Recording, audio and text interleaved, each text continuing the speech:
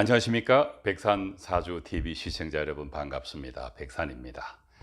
오늘은 삼형 중에 인사신의 경우 수금이 용신일 때 어떻게 사주를 분석해야 하는가에 대해서 알아보도록 하겠습니다. 수금이 용신일 때는 토화가 기구신이고 남는 하나의 오행인 목은 한신입니다. 그것을 잘 감안해서 관찰하시길 바랍니다. 인사신형을 이루는 세 가지 오행이 사주 원국이나 또는 그 세 개 중에 일부가 원국에 있고 또는 대운, 세운에서 합세를 해서 삼형을 이룰 때 일반적인 육충과는 보다는 좀 더 복잡한 충이 일어납니다. 이때 가장 중요한 것은 수금일 때는 화토가 기구신이기 때문에 이들 세 가지 오행에 암장된 오행에서 화토가 용신성 오행에 해당되는 수금 오행을 극하는 것을 주의 깊게 관찰해야 합니다. 이 경우를 보면은 신금 속에 있는 임수와 경금이 용신성 오행입니다. 그런데 임목 속에 있는 병화나 무토, 그리고 사화 속에 있는 무토와 병화는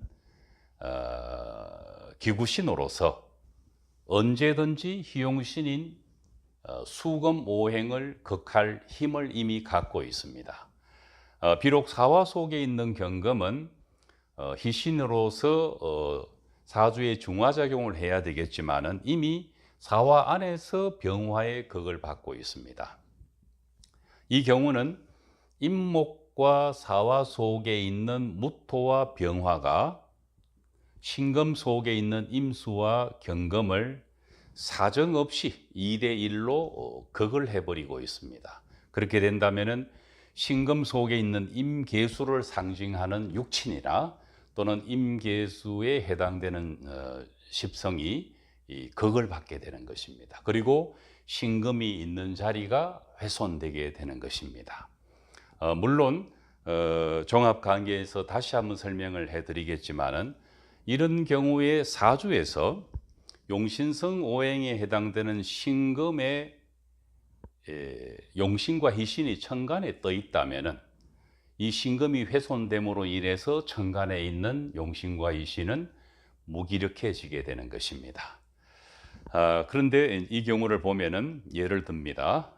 5월에 사주에서 인사신을 구성하는 세 가지 오행이 원국에 있거나 또는 원국에 하나쯤 없더라도 대운이나 세운에서 만날 수는 있습니다. 이럴 때 5월에 사화나 임목은 사주 원국에 있거나 또는 대운의 지장간에 지지에 있거나 세운의 지지에 있는 신금을 극을 할 수가 있습니다. 이때 만약에 신금을 도와줄 수 있는 지지 수금 오행인 해수와 자수, 축토, 그리고 진토와 유금이 연지나 시지 어딘가에 한두 개 좀 있어만 준다면은 비록 삼형으로 인해서 훼손은 되겠지만은 사주 전체가 흔들리는 것은 막을 수가 있습니다.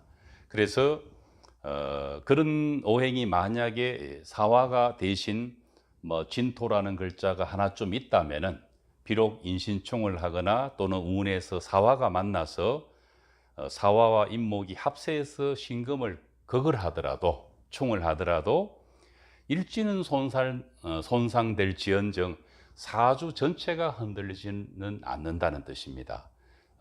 그 점을 잘 관찰할 필요가 있는 것입니다. 만약에 어떤 글자도 신금을 도와주는 글자가 없다면은 지지는 매우 불리하게 되고 따라서 신금으로부터 뿌리를 얻고 있는 천간에 있는 용신과 희신은 뿌리를 잃어버린 용신과 희신의 상태로 노출되게 되는 것입니다.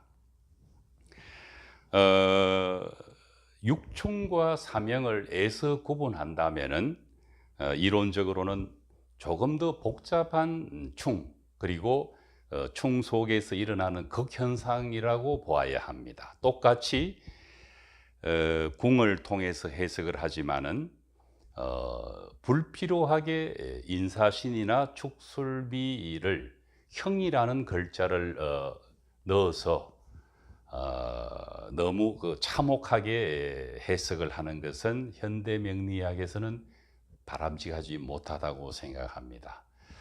어떤 경우라도 일간이 정해지면은 형을 이루는 이 세 가지 오행에서 용신성 오행이 기구신에 의해서 극을 받고 있는 그 현상을 읽어내야 되는 것이고, 또 이 극을 받고 있는, 충을 받고 있는 이 글자가 연시나 또는 일지, 시지 어느 자리에서 충을 받고 있는가를 유심히 살펴서 사주를 분석해 나가는 훈련을 해야 할 것입니다.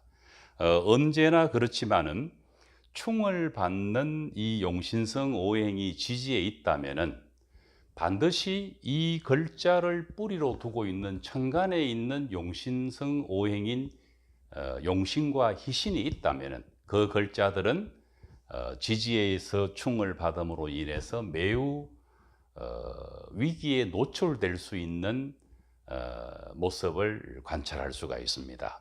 이런 것들을 감안해서 삼형을 관찰하는 훈련을 하시기를 바랍니다. 오늘 강의는 마칩니다. 감사합니다.